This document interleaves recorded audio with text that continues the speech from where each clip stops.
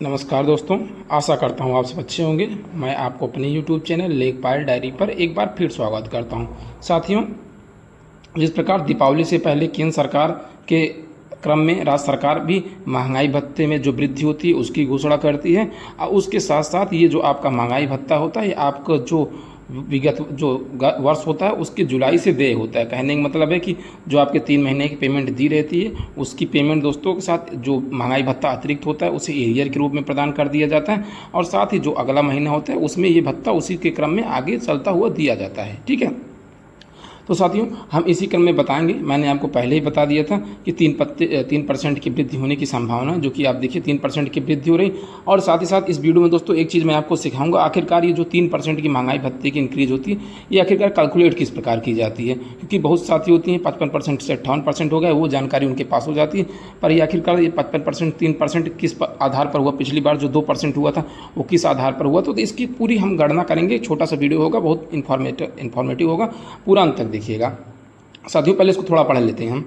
आप देखेंगे आज की ये पोस्ट है 1 अक्टूबर की, आपकी 3 बजे की, और आप देखेंगे ये क्या लिखा है कि कैबिनेट ने केंद्र सरकार के कर्मचारियों को महंगाई भत्ते की 3% अतिरिक्त किस्त और पेंशन भोगियों को महंगाई राहत मंजूरी दी। ठीक, तो देखिए जो पेंशनर होते हैं उनसे उन्हें महंगाई राहत, और जो अब कर्मचारी होते हैं उसे महंगाई भत्ता दिया जाता है। ठीक है, ये दोनों शब्दावली में परिवर्तन होता है, बाकी होता है एक जैसे, उसमें कोई खास अंतर नहीं होता। आप इसको पढ़ लेंगे। प्रधानमंत्री श्री नरेंद्र मोदी की अध्यक्षता में आज केंद्रीय मंत्रिमंडल ने केंद्र सरकार के कर्मचारियों को महंगाई भत्ते, डीए और पेंशन भोगियों के लिए महंगाई राहत मतलब डीआर की एक अतिरिक्त किस्त जारी करने की स्वीकृति की, और यह 1 जुलाई 2025 से प्रभावी माना जाएगा।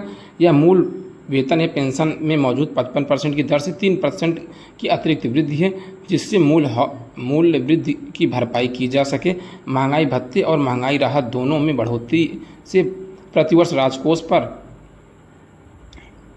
दोस्तों देखेंगे इतना 183 करोड़ का आपका संयुक्त प्रभाव पड़ेगा, मतलब दोनों से केंद्र सरकार के लिए मतलब 10,083.96 करोड़ का प्रभाव पड़ेगा। और साथ ही महंगाई भत्ते में वृद्धि से केंद्र सरकार को लगभग 49 लाख कर्मचारी और 68 लाख प्लस पेंशन भोगियों लाभान्वित होंगे, और यह वेतन वृद्धि 7वें वेतन आयोग से सिफारिश पर मंजूरी होगी। ठीक है, प्रदान की जाएगी। साथियों अब आगे देखते हैं, इसको हम पूरा डिटेलिंग देखते हैं। साथियों पहले हम देखते हैं महंगाई भत्ता प्रदान क्यों किया जाता है। देखिए, महंगाई भत्ता प्रदान करने का एक उद्देश्य होता है, जब नया वेतन आयोग जारी किया जाता है सरकार एक मूल वेतन की राशि को निर्धारित कर देता है कि ये आपका मूल वेतन है। ठीक है, ये आपको मिलता रहेगा। और क्योंकि देखिए क्या होता है कि हर वर्ष कुछ ना कुछ या महंगाई वृद्धि हो जाती है, जिसकी वजह से सरकार किसी बार 2%, 3% या 4% इसी क्रम में महंगाई जिस हिसाब से वृद्धि की रहती है उसी हिसाब से आपकी जो महंगाई भत्ता होता है डी होता है उनकी इंक्रीज़ किया जाता है।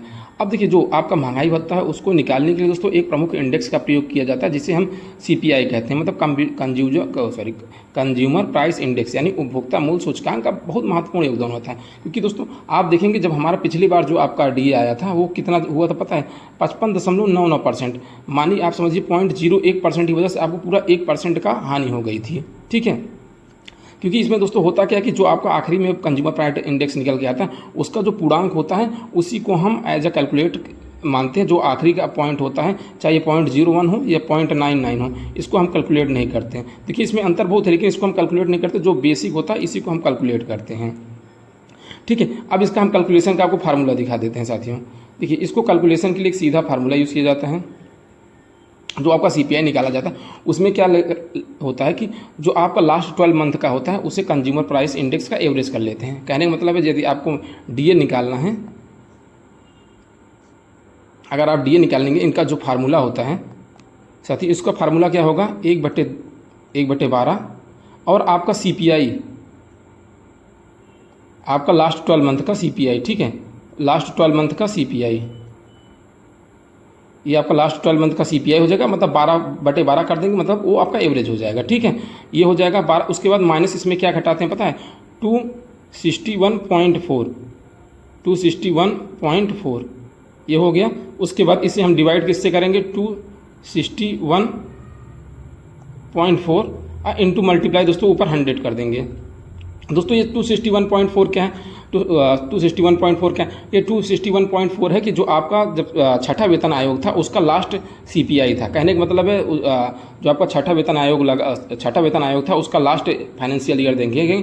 कहने का मतलब है कि जनवरी 15 से दिसंबर 15 तक का जो CPI का एवरेज था वो आपका आया था 261.4। तो उसी को बेस मान के हमारा जो सातवें वेतन आयोग है इसका DA कैलकुलेट किया जाता है। ठीक है। और साथ ही दोस्तों अगर आपको अब भी नहीं समझ में आ रहा है तो मेरा एक पूरा वीडियो है पुराना जिसको मैं इसी में डिस्क्रिप्शन पिन कर दूंगा। इसको आप अच्छे से समझ सकते हैं कि आखिरकार आपका जो DA किस प्रकार से कैलकुलेट किया जाता है। ठीक है साथियों, तो आपका जो अब DA है 55% से निकल कर कितना हो गया है आपका 58% हो गया है। अब मैं आपको एक बेसिक कॉन्सेप्ट का अकॉर्डिंग बता दूंगा कि लगभग कितने परसेंट की इंक्रीज हो रही है। मानिए हमारा बेसिक पे कितना हो जाएगा 21,700 जो हम सामान्यतः हम यूज करते हैं। ठीक है, अभी तक आपका क्या था 55% DA था। ठीक, अभी तो अब वर्तमान में कितना हो गया है 21,700 इंटू 58। अभी जो आपका निकल के आ रहा था आपका जो इससे निकल कर आ रहा था आपका महंगाई भत्ता आ रहा था 11,435 रुपये। ठीक, और उसके बाद जो आपका 58% निकल कर आएगा ये क्या कितना आ जाएगा 12,586 रुपये। ठीक, तो आप देखेंगे कितने परसेंट की इंक्रीज़ हो गई आपकी। इंक्रीज़ हो जाएगी अगर इसको कैलकुलेट करेंगे तो आपका हो जाएगा 651 रुपये।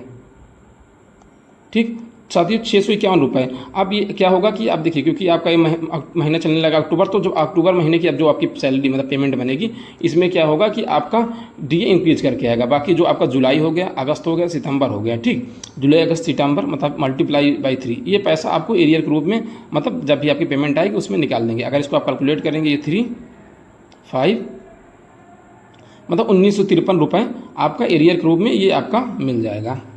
तो साथियों यही था मेरा पूरा वीडियो। अगर जानकर आपको वीडियो इन्फॉर्मेटिव लगा हो तो चैनल को लाइक शेयर और सब्सक्राइब जरूर कर दीजिएगा। Thank you for watching my video.